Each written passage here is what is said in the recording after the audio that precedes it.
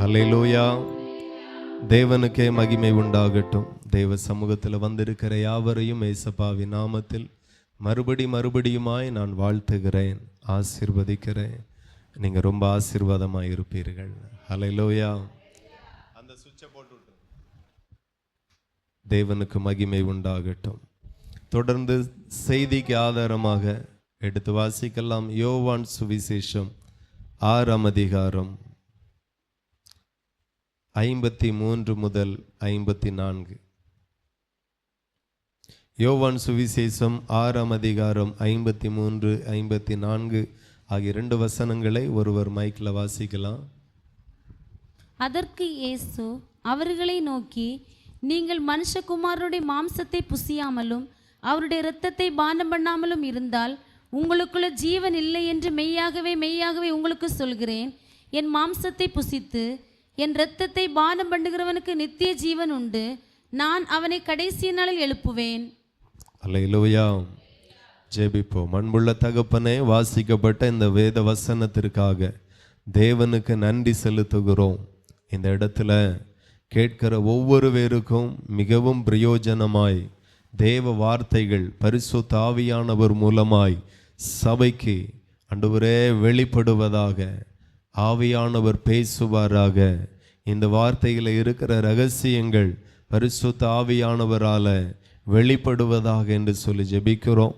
இந்த வார்த்தை எங்களுக்கு ஜீவாப்பமாய் மாறட்டும். அநேகருடைய இருதயத்தில் ஆண்டவரே அந்த வார்த்தைகள் பதியட்டும். ஆசீர்வதிங்க. இயேசுவின் நாமத்தில் ஜெபிக்கிறோம். ஜெபங்களும் நல்ல பிதாவே, ஆமேன், ஆமேன். ஹல்லேலூயா. தேவனுக்கு மகிமை உண்டாகட்டும். ஒவ்வொரு மாதமும் சபை முதலாவது பரிசுத்த ஆராதனையில், ஞாயிற்றுக்கிழமை ஆராதனையில் இயேசு கிறிஸ்து அவருடைய சிலுவையின் பாடு மரணம் அதை குறித்து நாம் தியானிக்கிறோம். ஆகவே தேவனுடைய பிள்ளைகள் முதல் ஞாயிற்றுக்கிழமையை ஒருவரும் அசட்டை பண்ணக்கூடாது. ஹல்லேலூயா. ஒருவரும் அதை அசட்டை பண்ணவே கூடாது. வாரத்தில் முதல் நாள் அசட்டை பண்ணக்கூடாது. மாதத்தில் முதல் ஞாயிற்றுக்கிழமை அசட்டை பண்ணக்கூடாது. இது கர்த்தர் உண்டு பண்ணின நாள். இதிலே மகிழ்ந்து களி கூற வேண்டும். அப்போ ஆண்டவருடைய பாடு மரணத்தை நாம் தியானிக்கும்படி தேவனுடைய சமூகத்தில் வருகிறோம். அது நமக்கு ரொம்ப ஆசீர்வாதமானது. முதல் ஞாயிற்றுக்கிழமை நாம் ஆராதனையில் பங்கெடுக்கும் போது அந்த மாதம் முழுவதும் பரலோகத்தின் தேவன் நமக்கு அளவில்லாத ஆசீர்வாதத்தை கட்டளையிடுவார், அளவில்லாத நன்மைகளை கட்டளையிடுவார்.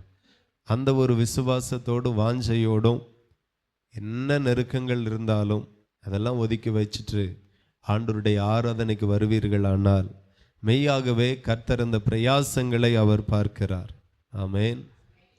கூடுமான வரையில் ஆராதனைக்கு வந்த பிறகு தண்ணி வேணால் குடிக்க அங்கே போங்க, சும்மா வெளியே போகக்கூடாது. சிலருடைய பழக்கமே வந்துட்டு வேறு வீட்டுக்கு போகிறது, வேறு வர்றது, வீட்டுக்கு போகிறது வர்றது, வெளியே போகிறது, பழையபடி உள்ள வர்றது, இந்த மாதிரி பழகிருக்கீங்க. இதெல்லாம் கொஞ்சம் மாற்றினா ரொம்ப நல்லாயிருக்கும். அல்லேலூயா. ஏன்னா கொஞ்ச நேரம் ஆராதிக்க போகிறோம், அதை முழுமையாய் கர்த்தருடைய சமூகத்தில் நம்ம செலவழிப்போம். ஆண்டவர் நம்ம மேல கிருபையாய் இருப்பார். தேவனுக்கு மகிமை. அப்படியே அவருடைய பாடு மரணத்தை குறித்து நினைவு கூறும்படி கர்த்தரும் கட்டளையிட்டு இருக்கிறார். ஆகையினால மாசத்துல ஒரு முறை ஏசு எனக்காய் மரித்தார், ஏசு எனக்காய் சிலுவையை சுமந்தார், ஏசு எனக்காக சிலுவையில் அறையப்பட்டார், ஏசு எனக்காய் சிலுவையில் இரத்தம் சிந்தி கடைசி சொட்டு இரத்தம் வரையிலும் அவர் சிலுவையில் சிந்தி ஜீவனை கொடுத்தார். என் பாவத்திற்காக ஒரு ஆட்டுக்குட்டி அடிக்கப்படுகிறது போலவே இயேசு அடிக்கப்பட்டார் என்று நினைவு கூர்ந்து ஆராதிப்போமேயானால் பரலோகத்தின் தேவன் சந்தோஷப்படுவார். ஹல்லேலூயா. தேவனுக்கு மகிமை உண்டாகட்டும். மெய்யாகவே இயேசு கிறிஸ்து நம்மை இரட்சித்திராவிட்டால் எத்தனையோ தலைமுறையினுடைய சாபம் இன்னமும் நம்முடைய குடும்பத்தை விட்டு போகாது, நம்முடைய வாழ்க்கையை விட்டு போகாது. ஆனால் என்றைக்கு இயேசு கிறிஸ்துவை மெய்யான தேவன் என்று அவரை விசுவாசித்தோமோ, இயேசு எனக்காக இரத்தம் சிந்தி என் பாவ சாபத்திற்காக அவர் சிலுவையில் அறையப்பட்டிருக்கிறார், ஜீவனை கொடுத்திருக்கிறார் என்று ஆமென் நாம் விசுவாசித்து ஞானஸ்நானம் எடுத்து பரிசுத்தாவின் அபிஷேகத்தை பெற்றோமோ அன்றைக்கே நம்ம தலைமுறைக்கு முன்னாடி நம்மை விட பின்னாடி போன 5 தலைமுறை 10 தலைமுறையாய் தொடர்ந்து வந்த பல சாபங்களுக்கு அவருடைய இரத்தம் நம்மளை நீங்களாக்கி ஆசீர்வாதத்திற்குள்ள கொண்டு வந்திருக்கிறது. ஹல்லேலூயா. ஆகவே இயேசு கிறிஸ்துவினுடைய மரணம் நமக்கு கிடைத்த, நமக்காக ஆண்டவர் செய்த மிகப்பெரிய தியாகம். ஆமென். இயேசு கிறிஸ்து சிந்தின இரத்தம் அவர் நமக்காக செய்த மிகப்பெரிய அர்ப்பணிப்பு, மிகப்பெரிய தியாகம். நமக்காக அவர் சிலுவையை சுமந்து, நமக்காக சிலுவையில் அறையப்பட்டு, நமக்காக தன்னுடைய கடைசி சொட்டு இரத்தம் வரையிலும் முழுவதுமாக இந்த பூமியில் சிந்தி ஜீவனை கொடுத்தார். நம்மேல வரவேண்டிய ஆக்கினைகள், ஒருவேளை பிந்தின தலைமுறையில் இருந்த சாபம் இன்றைக்கும் பிள்ளைகள் மேலே இருக்குமே ஆனால், நம்முடைய வியாபாரத்தில் இருக்குமே ஆனால், நம்ம வீட்டில் இருக்குமே ஆனால், நம்முடைய வாழ்க்கை எவ்வளவோ மோசமாக இருக்கும். ஆனால் பிந்தின தலைமுறையினுடைய எந்த சாபமும் இனி உன்னை நெருங்காதபடி அவருடைய இரத்தம் உன்னை பாதுகாக்கிறது, அவருடைய இரத்தம் உன்னை கழுவுகிறது, அவருடைய இரத்தம் உங்களை சுத்திகரிக்கிறது. ஹல்லேலூயா. ஆகவே ஒவ்வொரு முறையும் அதை நினைவு கூர்ந்து நாம் இந்த திருவிருந்து ஆராதனை பங்கெடுக்கும் போது அது மிகவும் ஆசீர்வாதமாக இருக்கும். அதை நீங்கள் புரிந்து கொள்ளணும். நிறைய பேர் அதை பெருசாக எடுத்துக்கிட்டது இல்லை. ஆனால் உண்மையிலே இயேசு கிறிஸ்து நமக்காக மரித்தார். அதை நம்ம ரொம்ப நினைவு கூற வேண்டிய ஒன்றாக இருக்கிறது.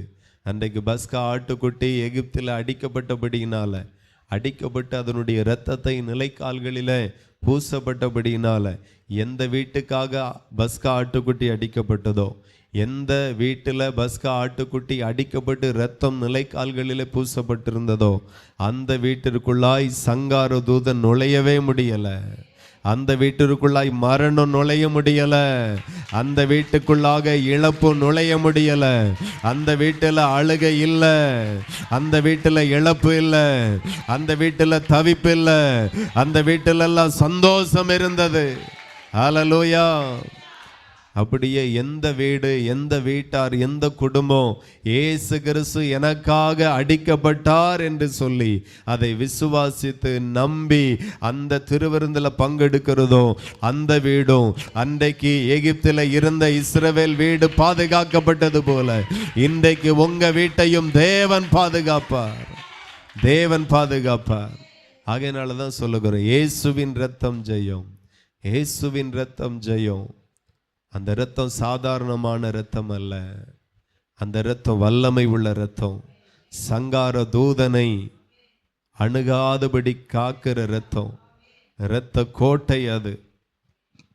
ஆகையினால இதெல்லாம் நம்ம தியானிக்கிறோம், இதெல்லாம் நம்ம பாடுகிறோம், இதெல்லாம் பாடி நம்ம ஆராதனை நடத்துகிறோம்.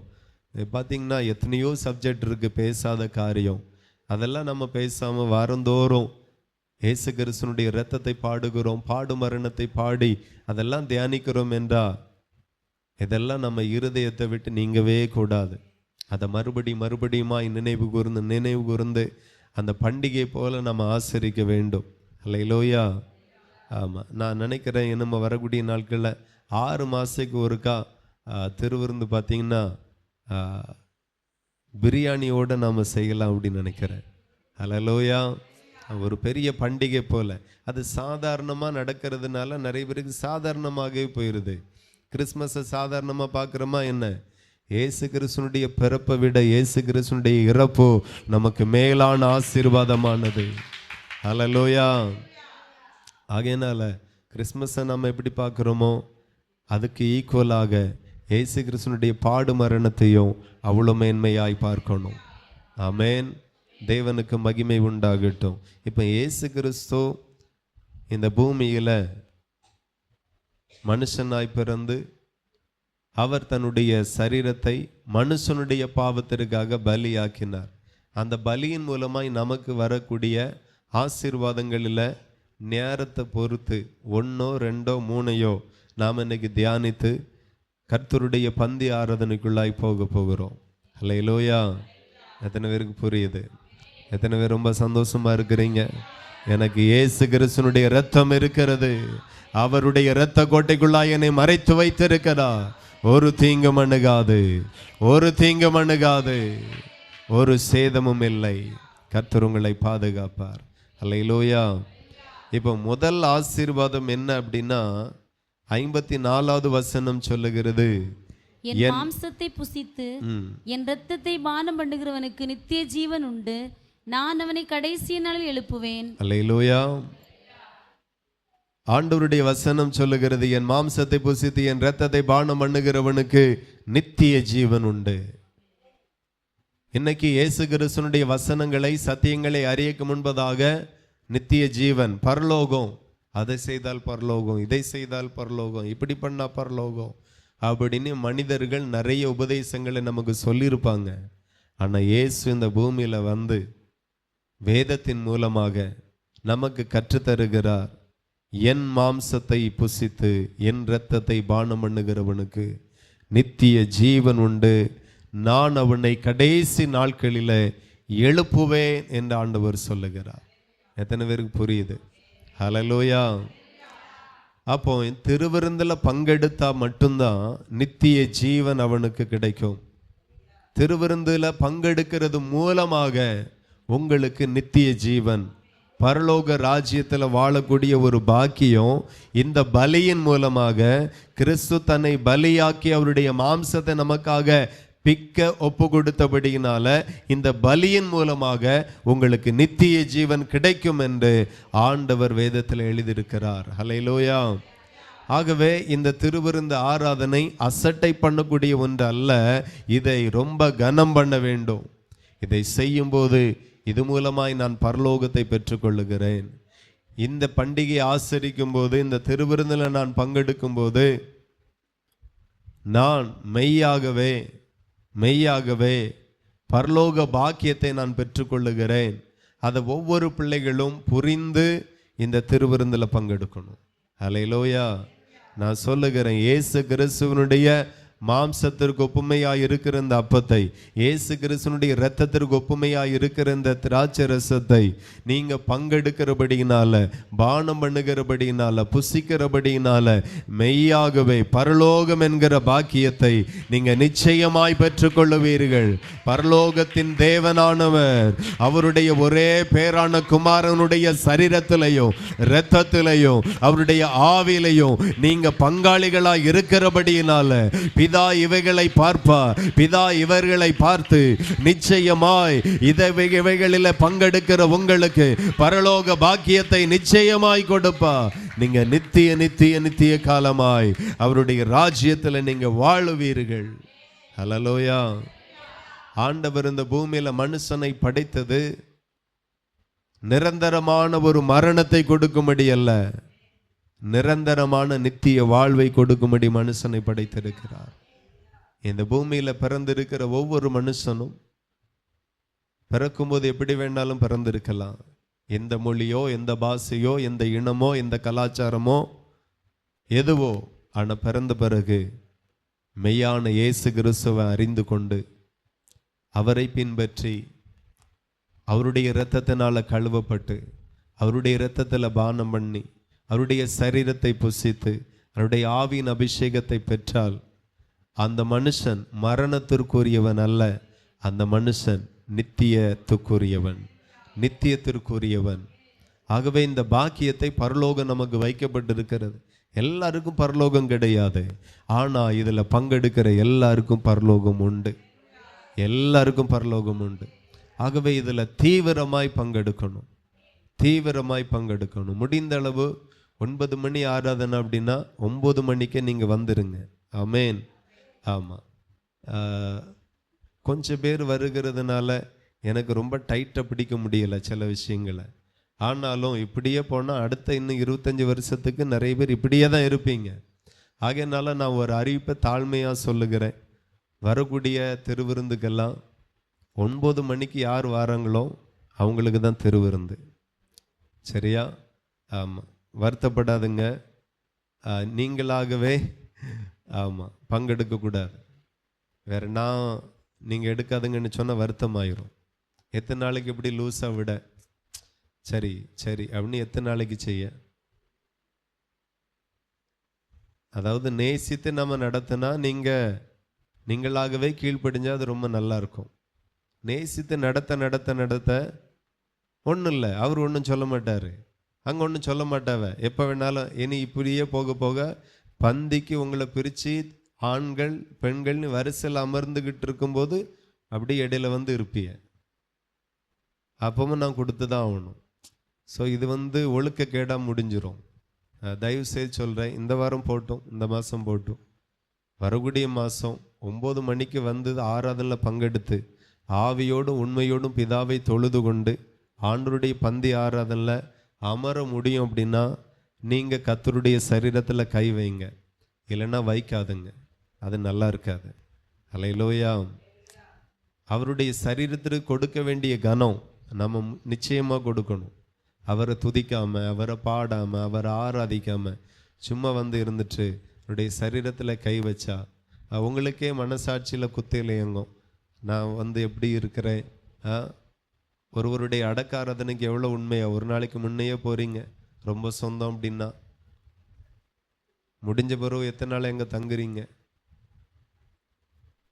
தேவகுமாரனுடைய பாடு மரணத்தை நினைவு கூற வந்திருக்கும். இன்றைக்கு நினைவு நாள். ஏன்னா தானோன்னு தயவு செய்து இந்த பழக்கத்தை தயவாய் மாற்றுங்க. இது உங்களுக்கு ஆசீர்வாதமாக இருக்கும்.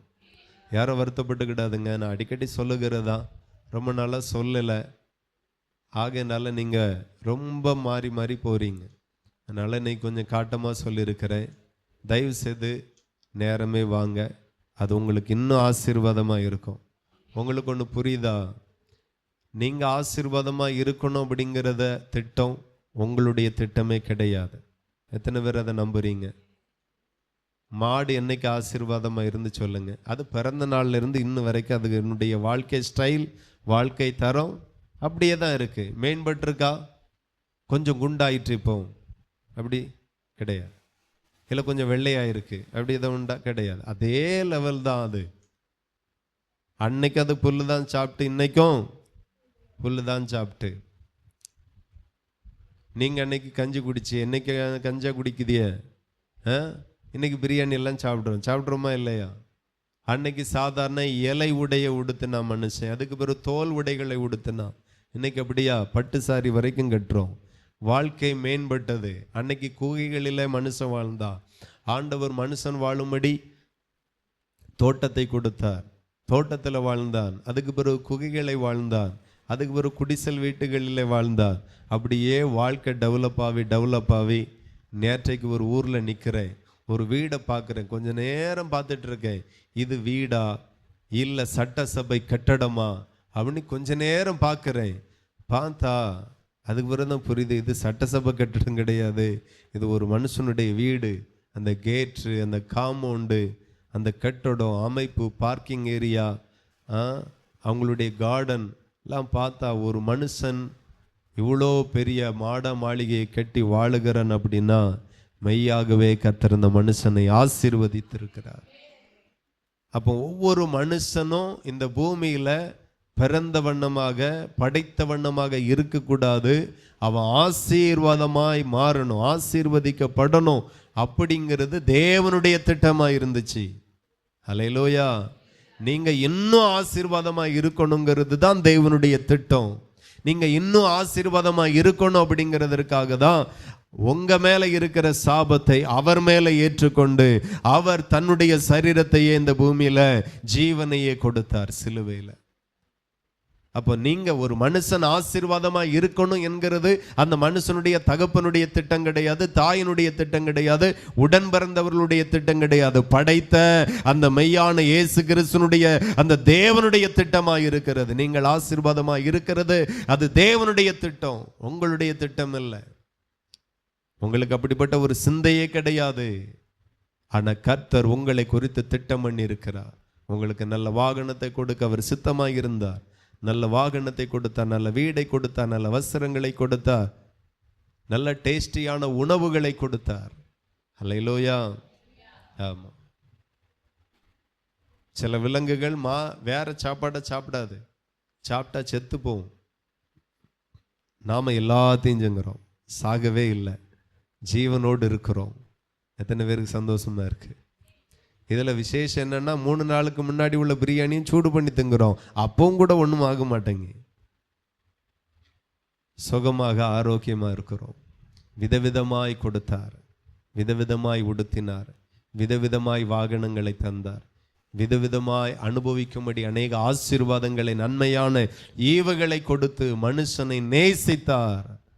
தேவன் அன்பாக இருக்கிறார். யார் மேல? உங்க மேல அன்பாக இருக்கிறார். எத்தனை பேருக்கு புரியுது? இதற்காக தான் பிதாவாகிய தேவன் தன்னுடைய ஒரே பேரான குமாரனை தந்தார் இந்த பூமியில.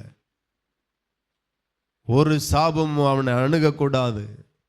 அதை தான் நாம் ஆசரிக்கும்படி வந்திருக்கிறோம். ஆக நல்லா புரிஞ்சுக்கங்க, இதெல்லாம் என் ஆசீர்வாதத்திற்காக, இதெல்லாம் உங்க ஆசீர்வாதத்திற்காக. ஆகையினால இந்த திருவிருந்தில் பங்கெடுக்கும் போது ரொம்ப லேட்டாக வராதுங்க, சரியான நேரத்துக்கு வாங்க. இந்த ஆராதனையில் இருக்கிற முழு ஆசீர்வாதத்திற்கும் நீங்க பங்குள்ளவர்களாய் மாறணும். எத்தனை பேருக்கு புரியுது? ஹல்லேலூயா. ஏன்னா நீங்க ஆசீர்வாதமா இருக்க வேண்டும் என்கிறது இது உங்களுடைய விருப்பமோ உங்களுடைய திட்டமோ உங்க சிந்தையில உங்க அறிவில உருவான ஒன்று அல்ல. இது தேவனுடைய சித்தம், இது தேவனுடைய திட்டம். ஆகையினாலதான் உங்க மேல சாபம் வந்து நீங்க நிர்மூலமாக கூடாது என்கிறதற்காக சொந்த குமாரனையை சிலுவையில பலியாக்கினார் தேவன். உங்க மேல வர வேண்டிய சாபத்தை அவர் மேல கொடுத்தார், அவர் சுமந்து தீர்த்தார். ஆகவே இது மகிமையான ஆராதனை. ஹல்லேலூயா. மகிமையான ஆராதனை, பிளஸ்ஸிங்கான ஆராதனை, ஆசீர்வாதமான ஆராதனை, ஜீவனுள்ள ஆராதனை. இந்த ஆராதனையின் மூலமா இம்மைக்குரிய ஆசீர்வாதம் மட்டும் அல்ல, ஆமென், இம்மைக்குரிய ஆசீர்வாதம் மட்டுமல்ல, மறுமைக்குரிய ஆசீர்வாதத்தை கர்த்தர் கொடுக்க அவர் சுத்தமுள்ளவராயிருக்கிறார். இயேசு கிறிஸ்து தேவனுடைய ஆசீர்வாதம் இந்த பூமிக்குரிய வாழ்நாளெல்லாம் உங்களை தொடருகிறது. அதோடு நிற்காமல் நம்ம வாழ்ந்து இந்த பூமியில மரித்த பிறகும் நித்திய ஜீவன் வரைக்கும் உங்களை தொடருகிறது. அப்பாவினுடைய ஆசீர்வாதம். அப்போ சபை எதற்கு நேராக உங்களை நடத்துகிறது என்றா, நித்திய ஜீவனுக்கு நேராகவே நடத்தி கொண்டிருக்கிறது சபை. நித்திய ஜீவனுக்கு நேராக சபை உங்களை நடத்துகிறது. தேவனுடைய பிள்ளைகள் புரிந்து கொள்ளணும், இந்த திருவிருந்தில் நாம் பங்கெடுத்தா இயேசு கிறிஸ்துனுடைய சரீரத்திலே இரத்தத்திலே நாம் பங்கெடுப்பேனானால் மெய்யாகவே மெய்யாகவே பரலோகத்தின் தேவன் எனக்கு நித்திய ஜீவனை கொடுப்பார். ஹல்லேலூயா. இந்த ஆராதனையின் மூலமாய் நீங்க நித்திய ஜீவனை பெறுகிறது 100% உண்மை. ஹல்லேலூயா. ஆகவே இந்த திருவிருந்து ஆராதனையில நீங்க ஒவ்வொரு முறையும் பங்கெடுங்க, கர்த்தர் உங்களை ஆசீர்வதிப்பார். 2வது 56 வாசிப்போம். யோவான் சுவிசேஷம் 6:56. என் மாம்சத்தை புசித்து என் இரத்தத்தை பானம் பண்ணுகிறவன் என்னிலே நிலைத்திருக்கிறான், நானும் அவனிலே நிலைத்திருக்கிறேன். அல்லேலூயா. ஆண்டவருடைய வசனம் சொல்லுகிறது, இந்த ஆண்டவருடைய மாம்சத்தை புசித்து என் இரத்தத்தை பானம் பண்ணுகிறவன் என்னிலே நிலைத்திருக்கிறான், நானும் அவனிலே நிலைத்திருப்பேன். இது மிகப்பெரிய ஒரு வாக்குத்தத்தமாக நான் இதை பார்க்கிறேன். நான் கிறிஸ்துவிலே நிலைத்திருக்கிறேன் என்கிறதற்கு அடையாளம் திருவிருந்திலே பங்கெடுக்கிறது. அல்லேலூயா. ஆமா, நான் கிறிஸ்துவோடு தான் இருக்கிறேன், கிறிஸ்துவிலே நிலை நிற்கிறேன் அப்படிங்கிறத எப்படி உணர முடியும், எப்படி உறுதிப்படுத்தி கொள்ள முடியும்? நான் தான் தினந்தோறும் ஜெபிக்கிறேன், நான் தான் தினந்தோறும் வேதத்தை வாசிக்கிறேன், நான் இடைவிடாமல் கர்த்தரை ஆராதிக்கிறேன், எல்லாம் ஓகே தான். ஆனாலும் மாசத்துல ஒரு முறை சபை ஆசரிக்கிற இந்த திருவிருந்து ஆராதனை நீங்க வந்து பங்கெடுத்தாதான் ஆண்டவருடைய வார்த்தை நிறைவேறும். அல்லேலூயா. என் மாம்சத்தை புசித்து என் இரத்தத்தை பானம் பண்ணுகிறவன் என்னிலே நிலைத்திருக்கிறான், அப்பந்தான் அது நிறைவேறும். நீங்க மாசந்தோறும் வந்து கர்த்தருடைய சரீரத்துல அவருடைய இரத்தத்துல பங்கெடுக்கும் போது ஆண்டவர் சொல்லுவார், இந்த மகள் இந்த மகன் என்னிலே நிலைத்திருக்கிறார்கள் என்று. அப்ப கர்த்தரிலே நீங்க நிலைத்திருக்கணும் அப்படின்னா திருவிருந்துல பங்கெடுக்கணும், இந்த ஆராதனையில பங்கெடுக்கணும். இது ரொம்ப பிளஸ்ஸிங்கான ஆராதனை. நீங்க இதுல ஆராதிக்கும் போது, இதுல பங்கெடுக்கும் போது கிறிஸ்துவிலே நிலை நிற்கிறது ஆண்டவருக்கு முன்பதாக சாட்சியாய் அறிவிக்கப்படுகிறது. அதை ஆண்டவர் பார்த்து ஆண்டவர் சொல்லுகிறார், அவன் என்னிலே நிலை நிற்பான், நானும் அவனிலே நிலைத்திருக்கிறேன் என்று ஆண்டவர் சொல்லுகிறார். அப்ப நான் சொல்லுகிறேன், இந்த திருவிருந்து ஆராதனை நீங்க பங்கெடுத்தால் கிறிஸ்து உங்களுக்குள்ளாய் நிலைத்திருக்கிறார். நிறைய நேரம் நாம் என்ன நினைக்கிறோம்னா, எங்க போனாலும் வேதத்தை கொண்டு போனா கர்த்தர் நம்மளோடு கூட இருக்கிறது போல நமக்கு ஒரு உணர்வு வரும். ஆகினால தான் நிறைய பேர் சின்ன சைஸில் வாங்கி பர்ஸுக்குள்ள பேக்கெட்டுக்குள்ள வாகனத்தில் பேக்கில் எல்லாம் வச்சுட்டு போகிறது. காரணமே என்ன அப்படின்னா, ஆண்டவர் நம்மோடு கூட இருக்கிற மாதிரி ஒரு ஃபீல், ஒரு உணர்வு. நிறைய பேர் பார்த்தீங்கன்னா வசன அட்டையை பேக்கெட்டில் வச்சுருப்பாங்க, வசன அட்டையை சூட்கேஸில் வச்சுருப்பாங்க. காரணம், வசனம் இருந்தா கர்த்தரே இருந்த மாதிரி, கர்த்தரோடு இருந்த மாதிரி. எத்தனை லட்சம் ரூபாய்க்கு வீடு கட்டினாலும் அதில் ஒரு 4 வசனம் போட மாட்டாட்டா நமக்கு கர்த்தர் நம்மோடு கூட இருந்த மாதிரியும் நாம கர்த்தரோடு இருந்த மாதிரியும் ஒரு ஃபீல் வராது. ஆகினால தான் வீடுகளில் எல்லாம் வசனங்களை தொங்க விடுகிறோம், வசனங்களை மாட்டி வச்சிருக்கிறோம். காரணம் என்ன? இயேசுவோடு கூட இருக்கிற மாதிரி ஒரு ஃபீல். ஆனா இதுக்கெல்லாம் மேலான ஒரு விஷயத்தை தேவன் கற்றுத்தருகிறார். என்ன அப்படின்னா, அவருடைய சரீரத்திலையும் இரத்தத்திலையும் நீங்க பங்கெடுக்கணும். அல்லேலூயா. இதை செய்கிற பொழுது நான் அவரிலே நிலைத்திருக்கிறேன், அவர் என்னிலே நிலைத்திருக்கிறார். நீங்க அவரிலே நிலைத்திருக்கிறீர்கள், அவர் உங்களிலே நிலைத்திருக்கிறார். அப்ப ஆண்டவர் என்னிலே நிலைத்திருக்கணும்னு விரும்புகிற தேவனுடைய பிள்ளைகள் கட்டாயம் இதை செய்வார்கள். எத்தனை பேர் விரும்புறீங்க, கர்த்தர் எனக்குள்ளாய் நிலைத்திருக்கணும், என்னோடு இருக்கணும், என்னை விட்டு போயிடக்கூடாது, நான் தகுதியில் நீ போயிடக்கூடாது, எனக்குள்ளா அவர் இருக்கணும்னு ஆசைப்படுகிற தேவ பிள்ளைகள் ஒவ்வொரு முறையும் சபை இந்த ஆராதனை நடத்தும் போது நீங்க அதில் பங்கெடுங்க, உணர்ந்து பங்கெடுங்க. ஏதோ ஞானஸ்நானம் எடுத்திருக்கேன், எடுத்தாலே இதற்கெல்லாம் கொடுப்பாங்க அப்படிங்கிற மாதிரி எல்லாம் இல்லாமல் புரிஞ்சு கொண்டு எடுங்க.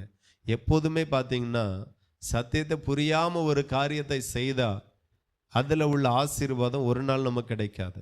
சத்தியத்தை புரிந்து அறிந்து உணர்ந்து செய்வோமானால் அதனுடைய ஆசீர்வாதம் 100% நமக்கு கிடைக்கும். ஆகையினால தான் ஆண்டவர் சொல்லுகிறார், சத்தியத்தையும் அறியீர்கள், சத்தியம் உங்களை விடுதலையாக்கும் என்று கர்த்தர் சொல்லுகிறார்.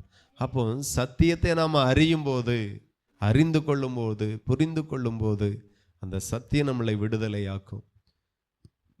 அப்போ இன்றைக்கு திருவிருந்து ஆராதனையில பங்கெடுக்கிற தேவனுடைய பிள்ளைகள் ஒன்றை புரிந்து பங்கெடுங்க.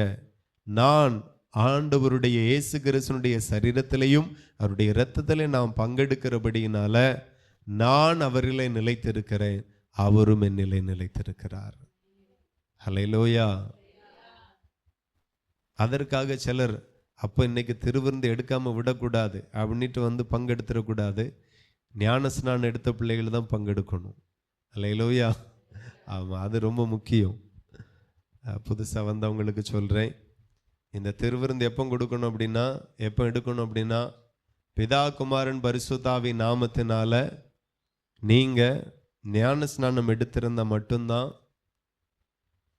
நீங்கள் இந்த ஆராதனையில் பங்கெடுக்க முடியும், இல்லைன்னா முடியாது. அப்போ நான் எடுக்கக்கூடாதா எடுக்க முடியாதா அப்படின்னா எடுக்கலாம். நீங்கள் இன்றைக்கே இயேசு கிறிஸ்துவை விசுவாசித்து அவரே சொந்த இரட்சகராக நீங்கள் ஏற்றுக்கொண்டு விசுவாசித்து உங்களை ஞானஸ்நான ஆராதனைக்கு அர்ப்பணிங்க, ஞானஸ்நானம் எடுங்க. அடுத்த திருவிருந்து ஆராதனையில் உங்களுக்கு திருவிருந்து கொடுக்கப்படும். ஹல்லேலூயா. தேவன்ல நான் நிலைத்து இருக்கணும், தேவன் என்னிலே நிலைத்து இருக்கணும் நீ விரும்புகிற தேவ பிள்ளைகள் ஞானஸ்நானம் எடுங்க, அதுக்கு பிறகு திருவிருந்தில் பங்கெடுங்க. இது உங்களுக்கு ரொம்ப பிளஸ்ஸிங்காக இருக்கும், ரொம்ப ஆசீர்வாதமாக இருக்கும். கர்த்தர் ஒரு மனுஷனோடு இருந்தார், நிலைத்திருந்தார், நீங்காதவராய் விலகாதவராய் நம்ம விட்டு கடந்து போகாதவராய் அந்த நல்ல தேவன் எனக்குள்ளாய் நிலைத்திருந்தா எவ்வளவு ஆசீர்வாதம் பாருங்க. அல்லேலூயா. அதாவது இன்னைக்கும் சிலர் தொழிலுக்காக மந்திரவாதம் பண்ணுகிறார்கள். கடல்ல மீன் பிடித்து நிறைய மீன் அகப்படணும் என்கிறதற்காக மாந்திரிகம் பண்ணி தொழிலுக்கு போகிறவர்கள் உண்டு. அவர்களுடைய நம்பிக்கை முழுக்க முழுக்க வைத்தியன் மேலையும் அவன் பண்ணுகிற மாந்திரிகத்தின் மேலையும் இருக்கிறது. நாம செஞ்சா அந்த மந்திரவாதத்தின் வல்லமை நம்ம கூடவே இருக்கும், நிறைய மீன்கள் கிடைக்கும். அந்த மந்திரவாதத்தினுடைய வல்லமையினால நம்ம வியாபாரம் ஆசீர்வாதமாக இருக்கும், தொழில் ஆசீர்வாதமாக இருக்கும். அவனுடைய நம்பிக்கை அங்கே இருக்கிறது. நான் சொல்லுகிறேன், மாந்திரித்தில் வரக்கூடிய வல்லமையை காட்டிலோ இயேசு மூலமாய் வரக்கூடிய வல்லமை, அவருடைய நாமத்தின் மூலமாய் வரக்கூடிய வல்லமை அதிபயங்கரமாய் இருக்கும் என்று சபைக்கு நான் அறிவிக்கிறேன். உலக மனுஷனுடைய நம்பிக்கை உலகத்தின் மேல இருக்கிறது. உங்களுக்கோ உலகத்தையே படைத்த தேவன் மேல நம்பிக்கை இருப்பதாக. அவர் என்னோடு கூட இருந்தா, அவர் என்னோடு கூட வந்தா, என் படிப்பு ஆசீர்வாதமாய் இருக்கும், என் நாட்கள் ஆசீர்வாதமாய் இருக்கும், என் பிரயாணங்கள் ஆசீர்வாதமாய் இருக்கும், என் குடும்பம், நான் செய்கிற வியாபாரம், தொழில் எல்லாமே ஆசீர்வாதமாய் இருக்கும். அவர் தான் என் கூட இருக்கணும். ஹல்லேலூயா. எத்தனை பேர் மந்திரவாதத்தை நம்பி இருக்கிறார்கள். நான் சொல்லுகிறேன், மெய்யாகவே மெய்யாகவே அவர் உங்களை ஆசீர்வதிப்பார். அவரால் மட்டும்தான் உங்களை ஆசீர்வாத மாற்ற முடியும். ஸோ நீங்க விரும்புங்க, அவர் என்னிலே நிலைத்திருக்கணும், அவர் என்னிலே நிலைத்திருக்கணும், நான் அவரிலே நிலைத்திருப்பேன். எப்போதும் பார்த்தீங்கன்னா நாம எதாகிலும் செஞ்சா கர்த்தரும் எதாகிலும் நமக்கு செய்வார்.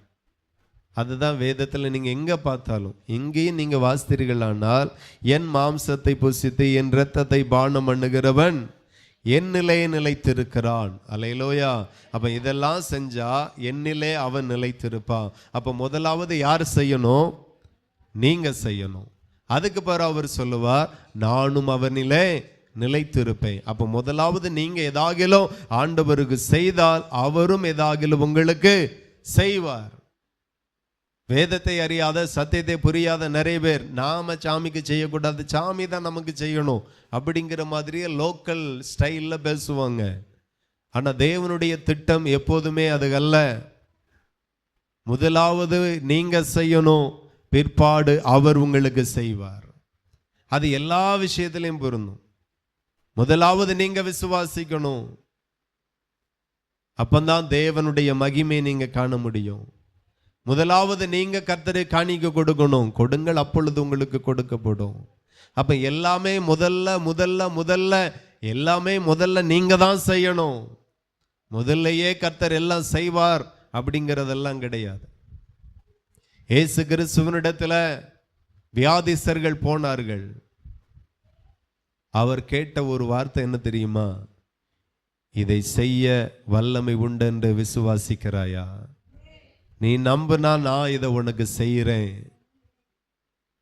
நிறைய பேர் சர்ச்சுக்கு போய் தான் பார்ப்போம், ஆலயத்துக்கு போய் தான் பார்ப்போம், சோகம் ஆவுதான்னு பார்ப்போம், ஆசீர்வாதம் வருதான்னு பார்ப்போம் அப்படின்னு வரவங்களுக்கு ஒரு நாள் அதை பார்க்க முடியாது.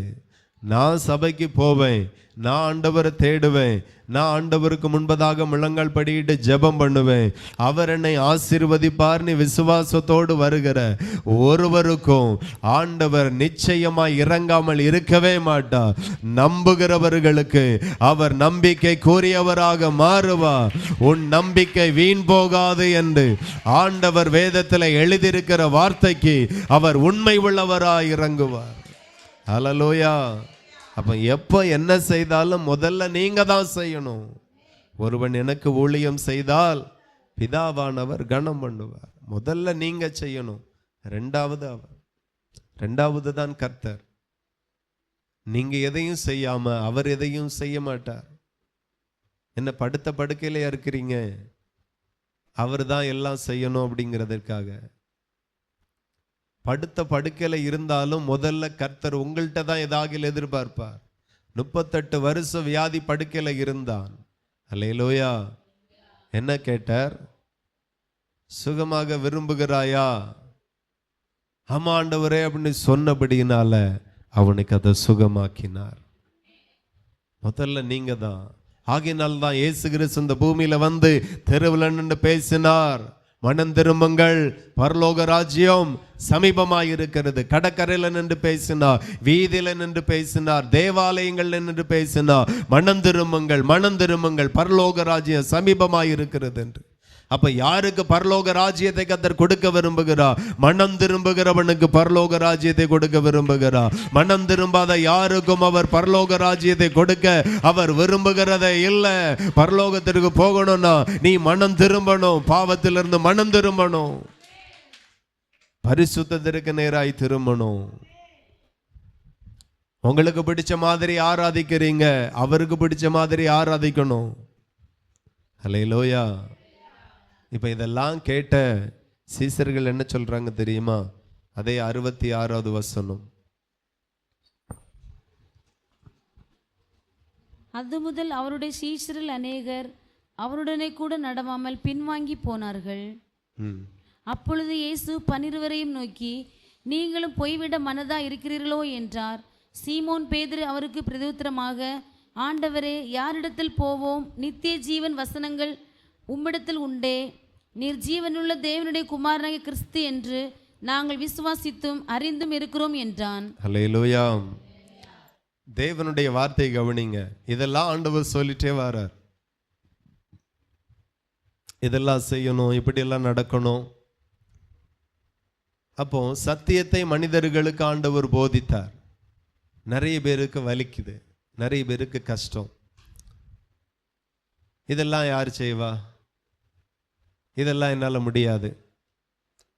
அன்றைக்கே இயேசு கிறிஸ்து ஊழியம் செய்த நாட்களில் அன்றைக்கே அவரை விட்டுட்டு, அவரோடு கூட நடக்கிறத விட்டுட்டு நிறைய பேர் போயிட்டாங்க. ஆனா கடைசி வரைக்கும் 12 சீசர்கள் கூட இருந்தார்கள். அந்த கடைசி நேரத்தில் கூட யூதாஸ் என்கிற ஒரு சீசன் கலண்டு போயிட்டான். நான் சொல்லுகிறேன், நிலைத்திருங்கள். எல்லாரும் போறதுனால ஆண்டவர் மீதியா இருந்தவர்களிடத்துல கேட்டார், நீங்களும் போக மனதா இருக்கிறீங்களோ? இந்த உபதேசம் கஷ்டம், இந்த சத்தியம் கஷ்டம், இதன்படி வாழுகிறது கஷ்டம் அப்படின்னு நினைச்சு நீங்களும் போக மனதா இருக்கிறீங்களோ அப்படின்னு கேட்கும்போது, ஆண்டவருக்காக சில கூட்டம் ஆண்டவரை விட்டுட்டு போனாலும் ஆண்டவருக்காக கடைசி வரைக்கும் கூட நிற்கிற கூட்டம் அன்றைக்கும் இருந்துச்சு, இன்றைக்கும் இருக்குது. ஹல்லேலூயா. அப்பதான் பேதுரு சொல்லுகிறான், ஆண்டவரே, நாங்க யாரிடத்துல போவோம்? ஆமேன். ஆண்டவரே, நாங்கள் யாரிடத்துல போவோம்? ஏனென்றால் எங்க போனாலும் நித்திய ஜீவ வசனம் உம்மிடத்துல மட்டுமே உண்டு. அதை பேதுரு கண்டுபிடிச்சிட்டார். எல்லா இடத்துக்கும் போறோம், இம்மைக்குரிய ஆசீர்வாதத்திற்கான வழிகள் நிறைய இடத்துல இருக்கிறது. ஆனா நித்திய ஜீவனுக்குரிய வசனங்களும் வார்த்தைகளும் சத்தியங்களும் உபதேசங்களும் உம்மிடத்துல மட்டுமே இருக்கிறது. கரங்களை தட்டி ஆண்டவரை மகிமைப்படுத்துங்க. ஆண்டவர் ஊழியம் செய்தது இம்மைக்குரிய ஆசீர்வாதத்தை நீங்கள் பெற்றுக்கொள்ள வேண்டும் என்கிறதற்காக மட்டுமல்லாமல், நீங்கள் மறுமைக்குரிய ஆசீர்வாதத்தையும் பெற்றுக்கொள்ள வேண்டும் என்கிறதற்காகவே அவர் இந்த பூமியில ஊழியம் செய்தார். அது அநேகருக்கு புரியல, சிலருக்கு புரிந்தது. ஆகையினால தான் அவர்கள் சொன்னார்கள், நித்திய ஜீவன் உள்ள வசனம் உம்மிடத்துல தானே ஐயா உண்டு. நாங்க யாரிடத்துல போவோம்? அவன் போன மாதிரி நாம் போக மாட்டோம், அவங்க பிரிஞ்சு போன மாதிரி நாங்க பிரிஞ்சு போக மாட்டோம். நாங்க ஏற்கனவே எல்லா இடத்துக்கும் போயிட்டு வந்த ஆட்கள் தான். நாங்க எல்லா இடத்தையும் பார்த்தோம். ஆனா எந்த இடத்திலையும் இல்லாத ஒரு மகிமையை உம்மிடத்துல மட்டும்தான் நாங்க பார்த்தோம். ஏனென்றா உம்மிடத்துல மட்டுமே நித்திய ஜீவனுக்குரிய வசனம் எங்கேயுமே கிடையாது. உம்மிடத்துல மட்டுமே இருக்கிறது அந்த வசனம், உம்மிடத்துல மட்டுமே இருக்கிறது அந்த உபதேசம். ஒரு மனுஷன் மரித்த பிறகு எங்கே போகுவான் என்கிற கேள்வியும் அந்த கேள்விக்கான விடையும் உம்மிடத்துல மட்டுமே இருக்கிறது. ஒவ்வொரு மனுஷனுடைய மரணமும் முடிவல்ல. அது நித்திய ஜீவனுக்கு போகக்கூடிய ஒரு வாழ்க்கையின் ஆரம்பமாய் இருக்கிறது. நித்திய ஜீவனை பரலோகத்தில் கழிக்க போறியா அல்லது நரகத்திற்கு கழிக்க போறியா? இதுதான் கேள்வி. ஆமென். பரலோகத்தில் நான் கழிக்கணும் அப்படின்னா இயேசுவை பின்பற்றுங்க, இயேசு கிறிஸ்துனுடைய வார்த்தையை பின்பற்றுங்க. நீங்க ஆசீர்வாதமாய் இருப்பீர்கள். நீங்க ஆசீர்வாதமாய் இருப்பீர்கள்.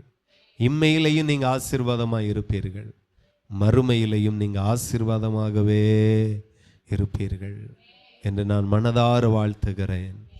ஆகவே நல்ல ஒழுக்கமாய் சரியான நேரத்தில் ஆண்டவருடைய பந்தி ஆராதனையில் வந்து அமர்ந்திருந்து கர்த்தரை உண்மையாய் ஆவியோடும் உண்மையோடும் தொழுது கொண்டு எவ்வளோ முடியுமோ அவரை ஸ்தோத்திரம் பண்ணி, எவ்வளோ முடியுமோ துதித்து, எவ்வளோ முடியுமோ கைகளை தட்டி, எவ்வளோ முடியுமோ பாடி இந்த ஆராதனை ஒழுங்குக்கெல்லாம் நீங்கள் உங்களை உட்படுத்தி கொண்டு ஆராதனை பண்ணி ஆண்டவருக்கு நன்றி சொல்லி பிற்பாடு திருவிருந்தில் கை வைங்க. உங்கள் கைகள் செய்கிறதெல்லாம் அவர் வாய்க்க பண்ணுவார். ஹல்லேலூயா. சிலருடைய கைகள் நிறைய விதைக்கிறது, கொஞ்சமாக அறுக்கிறது. இனி அப்படி அல்ல, விதைப்பு கொஞ்சமாக இருக்கும், பிரயாசம் கொஞ்சமாக இருக்கும், அறுவடை மிகுதியாக இருக்கும் என்று இந்த நல்ல வார்த்தையை ஆண்டவருடைய திருவிருந்து ஆராதனையில் பங்கெடுக்கிற உங்களுக்கு நான் அறிவிக்கிறேன். இயேசு கிறிஸ்துவின் நாமத்தினால அவருடைய மாம்சம் உங்க மாம்சத்தில் சுகத்தை கொண்டு வரும். ஆண்டவருடைய இரத்தம் உங்க இரத்தத்திற்குள் ஆரோக்கியத்தை கொண்டு வரும். எத்தனை பேர் விசுவாசிக்கிறீர்கள்? ஹல்லேலூயா. கர்த்தருடைய இரத்தம் உங்களை விடுதலை செய்யட்டும். எல்லா வியாதி பலகீனத்தில் இருந்து சிலுவையில சிந்தின இரத்தம் உங்க இரத்தத்தில் ஆரோக்கியத்தை கொண்டு வரட்டும், உங்களுக்குள் சுகத்தை கொண்டு வரட்டும், உங்க பிள்ளைகளுக்குள் அற்புதத்தை கொண்டு வரட்டும். இயேசு கிறிஸ்துவினுடைய இரத்தம் ஜெயம் ஜெயம் ஜெயம். சாபங்களை மாற்றுகிற இயேசுவின் இரத்தம், பாவங்களுக்காக சிந்தப்பட்ட இயேசுவின் இரத்தம் ஜெயம். அந்த இரத்தம் ஆமென் அதில் பங்கெடுக்கிறபடியினால் உங்க இரத்தத்திற்குள்ளா இருக்கிற ஆமென் வியாதிகள், சுகவீனங்கள், பலகீனங்கள் ஹல்லேலூயா இப்பொழுதே மாறுகிறது.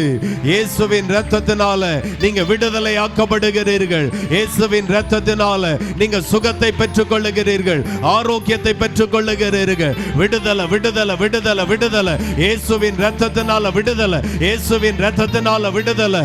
அவர் உங்களுக்காக சிந்தின இரத்தம். ஆமென் ஹல்லேலூயா. சிலுவையில் உங்களுக்காய் சிந்தின இரத்தம், அவருடைய விலாவிலிருந்து சிந்தப்பட்ட இரத்தம், கைகளினால சிந்தப்பட்ட இரத்தம், கால்களிலிருந்து வழிந்தோடின இரத்தம், அவருடைய சிரசிலிருந்து வழிந்தோடின இரத்தம். உன் சிரசின் மேல இருக்கிற சாபம் எல்லாம் இப்பொழுது உன்னை விட்டு மாறுகிறது. நல்ல கரங்களை தட்டி ஆண்டவரை மகிமைப்படுத்தி சாபங்கள் எரிக்கப்படுகிறது, சாபங்கள் எரிக்கப்படுகிறது, பாவங்கள் மன்னிக்கப்படுகிறது.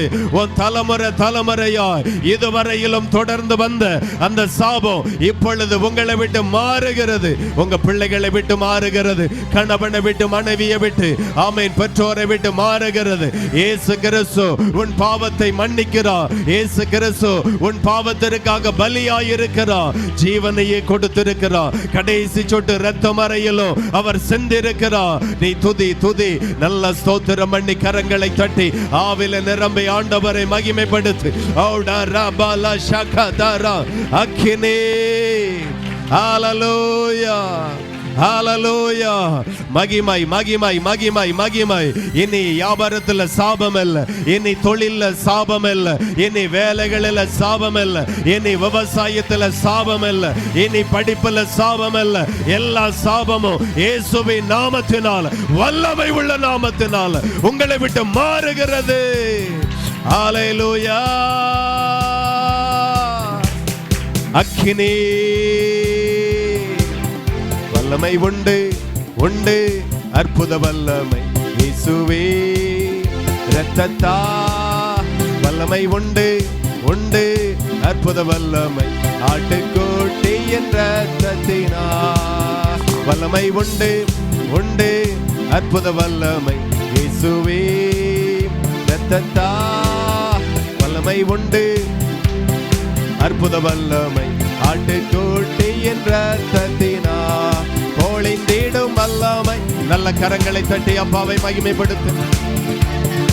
அக்கினியின் வல்லமை, பொழிந்திடும் வல்லமை, உன்னதத்தில இருந்து இறங்கிற வல்லமை, எல்லார் மேலையும் வல்லமை தேவை தேவா, வல்லமை தாரும் தேவா, என்னே தேவை தேவா, இப்போ தாரும் தேவா, என்னே தேவை தேவா. ரத்தம் ரத்தம் ரத்தம் ரத்தம், ஆமென். பொழிந்திடும் வல்லமை, அபிஷேகம் அபிஷேக வல்லமை எல்லா தேவ பிள்ளைகள் மேல இறங்கட்டும். உன்னதத்தின் வல்லமை, ஆவியின் வல்லமை. ஹல்லேலூயா. இயேசுவின் ரத்தம், இயேசுவின் ரத்தம், சிலுவையில சிந்தின இயேசுவின் ரத்தம் உங்க மேல விடுதலையை கொண்டு வருகிறது. நரம்புல இருக்கிற பலகீனம், எலும்புல இருக்கிற பலகீனம், தசைகளில் இருக்கிற பலகீனம் வெளியே போ, வெளியே போ, வெளியே போகட்டும். வியாதிகள், தரித்திரங்கள், போராட்டங்கள், பிசாசின் கிரியைகள் எல்லாம் நிர்மலமாகி போவதாக. அம்மே ரத்தமே, எங்களுக்காக சிந்தப்பட்ட ரத்தம், 5 காயங்களில் இருந்து வழிந்தோடின ரத்தம். ரத்தம் ரத்தம் ரத்தம் ரத்தம் ரத்தம் ரத்தம் ரத்தம் ரத்தம், ஒளிந்திடும் வல்லமை, உன்னதத்தின் வல்லமை, ஆவியின் வல்லமை, அக்கினியின் வல்லமை, ஒளிந்திடும் வல்லமை. ஹல்லேலூயா. ஓ டரபல சந்தரா, கர்த்தருடைய வல்லமை இறங்குவதாக. ஆமென். இயேசுவின் நாமத்தினால, இயேசுவின் நாமத்தினால, அதிகாரமுள்ள நாமத்தினால இந்த திருவிருந்து ஆராதனையில பங்கெடுக்கிற ஒவ்வொரு பிள்ளைகளுக்குள்ளாக ஜீவன் உண்டாகட்டும், பலன் உண்டாகட்டும், ஆரோக்கியம் உண்டாகட்டும், ஆசீர்வாதங்கள் உண்டாகட்டும், நன்மைகள் உண்டாகட்டும், பரிபூரணம் உண்டாகட்டும், தரித்திரம் விலகட்டும், சாபங்கள் விலகட்டும், ஆக்கினைகள் மாறுவதாக, எல்லாருடைய பாவங்களும் மன்னிக்கப்படுவதாக. ரத்தமே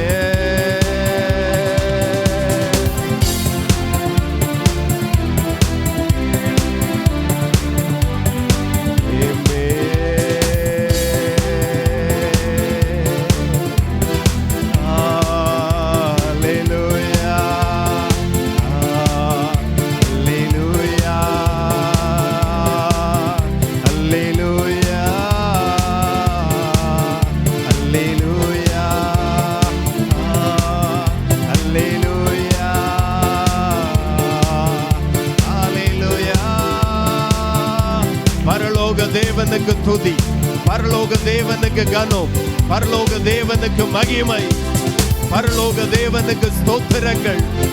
ரீபா ஷாகாலா, மகிமை தேவனுக்கு மகிமை, ராஜாதி ராஜாவுக்கு மகிமை, பரலோக பிதாவுக்கு மகிமையே. ஹல்லேலூயா. விடுதலை விடுதலை விடுதலை விடுதலை, ஒவ்வொரு குடும்பத்துல விடுதலை, ஒவ்வொரு பிள்ளைகளுக்குள்ளாய் விடுதலை, ஒவ்வொரு மனைவிக்குள்ளாய், கணவனுக்குள்ளாய் விடுதலை, பெற்றோருக்குள்ளாய் விடுதலை, வயோதிபர்களுக்குள்ளாய் விடுதலை, பேர பிள்ளைகளுக்குள்ளாய் விடுதலை, கர்ப்பத்தில் இருக்கிற பிள்ளைகளுக்குள்ளாய் ஆரோக்கியத்தை கூறுகிற சாபங்கள் மாறுவதாக. பவர் இயேசுவின் நாமத்தினால விடுதலையே, மகிமை இறங்குவதாக. நல்ல கரங்களை தட்டி தேவனை மகிமைப்படுத்தும். நன்றி அப்பா. அவர்கள் போஜனம் பண்ணுகையில் இயேசு அப்பத்தை எடுத்து ஆசீர்வதித்து அதை பிட்டு சீசர்களுக்கு கொடுத்து, நீங்கள் வாங்கி புசியுங்கள், இது என்னுடைய சரீரமாய் இருக்கிறது என்றார். அப்படியே பாத்திரத்தில் வைக்கப்பட்டிருக்கிற ஆமென் அப்பத்தை பரலோகத்தின் தேவன் ஆசீர்வதிக்கும்படியா எல்லாரும் ஸ்தோத்திரம் பண்ணி ஆமென் ஹல்லேலூயா, ஸ்தோத்திரம் ஸ்தோத்திரம் ஸ்தோத்திரம் ஆமென். ஆசீர்வதிங்க ஆசீர்வதிங்க. பின்பு பாத்திரத்தையும் எடுத்து ஸ்தோத்திரம் பண்ணி ஆமென் அவர்களுக்கு கொடுத்து, நீங்கள் எல்லாம் எல்லாரும் இதில் பானம் பண்ணுங்கள். இது பாவ மன்னிப்பு உண்டாகும்படி அநேகருக்காய் சிந்தப்படுகிற புது உடன்படிக்கை கூறிய என்னுடைய இரத்தமாயிருக்கிறது என்றார். எல்லாரும் நல்லா ஆர்ப்பரித்து ஸ்தோத்திரம் ஸ்தோத்திரம் ஸ்தோத்திரம். ரத்தம் ரத்தம் ரத்தம் ரத்தம், இயேசு கிறிஸ்துவின் சரீரமாக இரத்தமாக இந்த திராட்சை ரசம் இயேசு எங்களுக்காய் சிந்தின இரத்தமாய் ஆசீர்வதிங்க பிதாவே. ஹல்லேலூயா. இதில் பங்கெடுக்கிற ஒவ்வொரு பேரும் பரலோகத்தை சுதந்தரிப்பார்களாக, நித்திய வாழ்வை சுதந்தரிப்பார்களாக, ஆசீர்வதிக்கப்படுவார்களாக. உங்க நல்ல நாமம் தொடர்ந்து மகிமைப்படட்டும். இயேசுவின் நாமத்தில் ஜெபிக்கிறோம். ஜெபங்களும் நல்ல பிதாவே. ஆமென் ஆமென். ஹல்லேலூயா.